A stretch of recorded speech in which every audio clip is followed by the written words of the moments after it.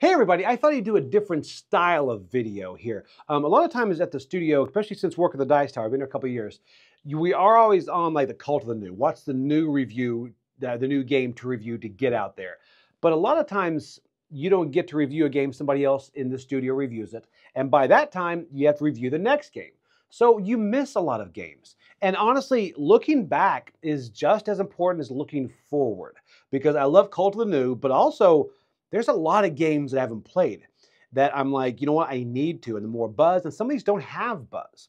So I thought I'd put together recently, these are 5 games that I wish I would have played earlier. Okay, first off, this is a game that it intrigued me because I love the cover, you know, with the knight sitting there with the sword and everything, and the name, Crusaders Thy Will Be Done. I'm like, wow, that game sounds incredible, but the more I saw the back, I thought, this could be one of those really long, heavy Euros. Then I found out the time is like 30 to 45 minutes. So I was like, all right, you know what? Let me try this. And I'm glad I did. This game is smooth. I think smooth is the best word for this game because it's a quick little rondel in the middle that uses the Mancala. And the Mancala principle, kind of moving them and dropping one each part, that makes sense with this because you're wanting to build up those actions to do something better later in the game. And they're very simple actions. You've got move, you've got crusade, you've got influence, and everything in this flows together and it plays so quick. And the thing is, it plays so quick and it feels so efficient every move you have to make because it is quick. And afterwards, after you play it, it's one of those you leave and you think, I want to play that again. And that's a sign of a good game, you know? It's like, wow, I want to dive back into that because there are great decisions in this and whether or not to go deep into the territory, you know, like hurry up and go further in to get those areas before someone else does, or go to the areas with the discounts. You can build where someone else has already cleared the area. There are so many decisions in such a small space. This game is really good. It's unlike what I thought it was going to be. I thought it was going to be like a very heavy battle game with a name like Crusaders That Will Be Done or whatever. But it's not about that. This game is great, and the Mancala idea there really, really worked for this. So if you have not played it, check it out. This is Crusaders That Will Be Done. All right, so this one right here, I'm going to admit it, I am very bad, probably the worst in the studio here, about judging a book by its cover. I will look at, well, a game in this case, I will look at a game and the cover is like, okay, am I going to like it or not? I've been burned a lot, but I've also missed some, like Phantom Ink. That's the next one I'm talking about. Phantom Ink, I was like, I don't know. It looks like maybe a tattooing game or whatever. The cover did not really get me in. It doesn't really say fun, but this game is really fun. This is a party style game, which you do not get from that cover. Come on, people. This game is really enjoyable. The whole thing is you're going to have 2 teams and you're going to have a question asked and you're going to like kind of spirit write slowly. And the team, your team, you're trying to get them to know what word you're spelling out, like, where is this item that you're thinking of found at? And if you write farm, you write F, and then they'll say stop, whenever it is, right? And the other person doesn't know the question, but they're trying to figure out the word too. So everything happens out there in the open. But this game really, really flows. And this is a great party game. And I think this stands out in a crowded party genre for me because also it's almost competitive. It's one of those you don't really care who wins, but you notice who wins. And most party games, you don't care about the scoring at all. This one, you do. It's kind of a back and forth. I enjoy this. I probably put it in the same style as Decrypto, whatever like that, but I like this better. This one went from playing to now probably one of my favorite party games to play. You have 2 sides competing to get the clue first. It also leads to some pretty funny moments because you say stop, or someone on your team can say stop when they think they know what the word is. And sometimes, spoiler alert, they do not know what the word is. All right, so that it really, really adds to that. This is a great team game. There's just enough variety. This one, I feel like I've missed a lot of parties that this would have been great to bring out, but now I know it. So next time I'm at a party, I'm bringing out Phantom Ink. I'm going to make my own cover, make it look fun, because it is fun. Phantom Ink.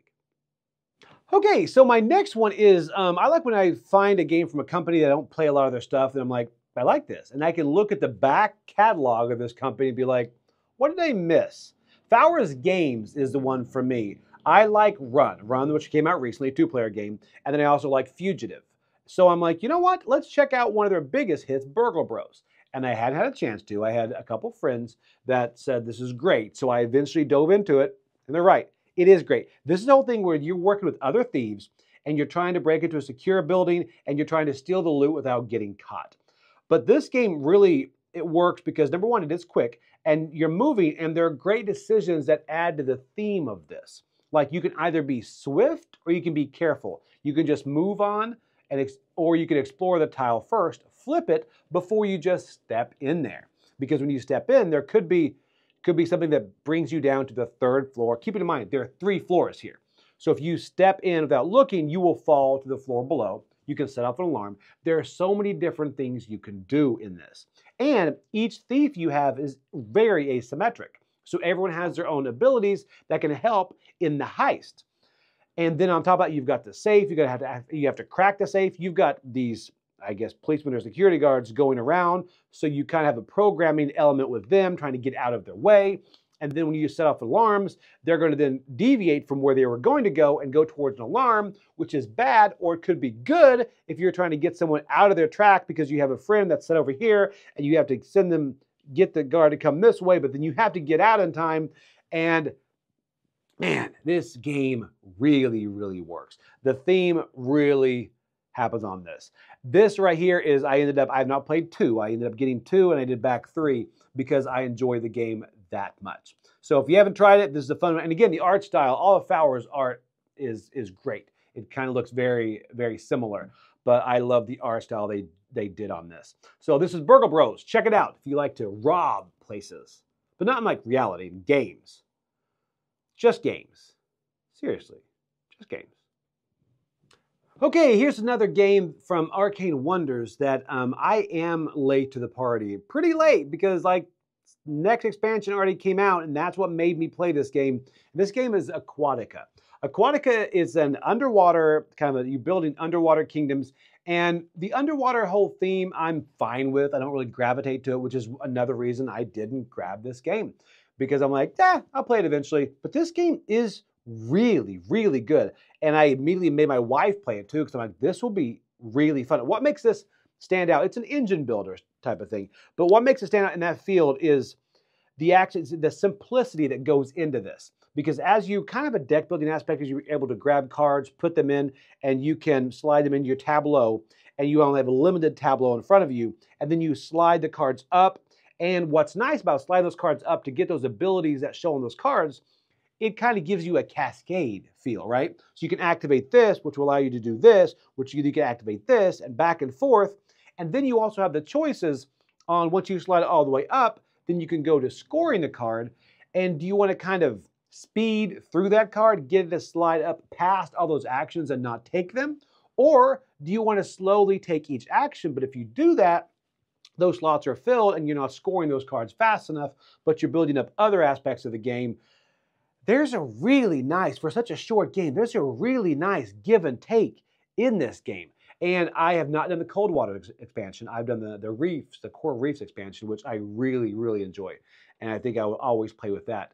But again, so many decisions in such a very quick, really beautiful game too. So if you haven't played it, I know most people have, but this is Aquatica.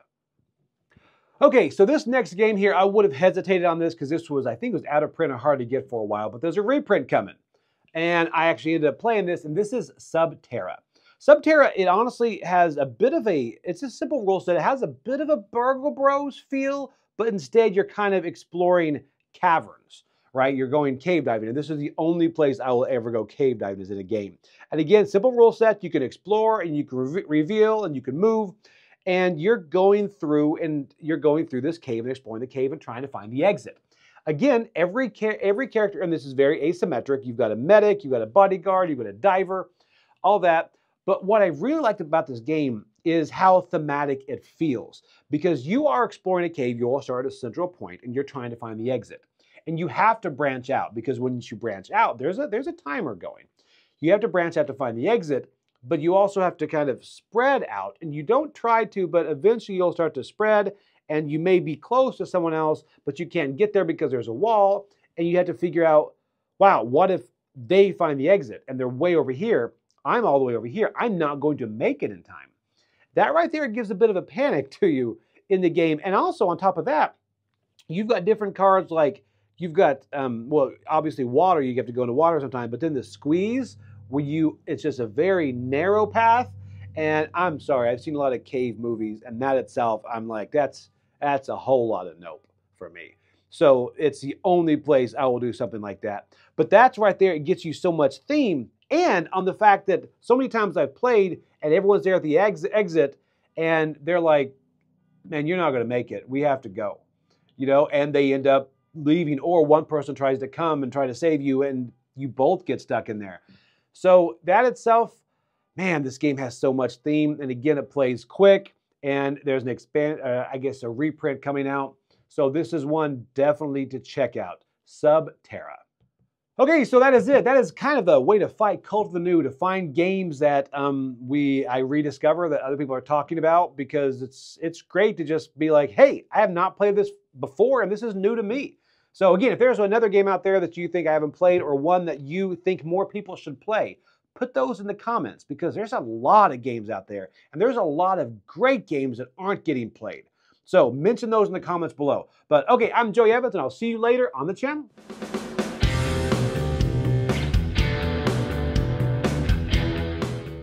Hey folks, thanks for joining us for that video. If you haven't yet, like the video, subscribe to the channel, and hey, make sure you check out what's happening, where I'll cover an app on an iOS or a Switch device, and you can check it out along with me. Thanks very much. You've been watching The Dice Tower.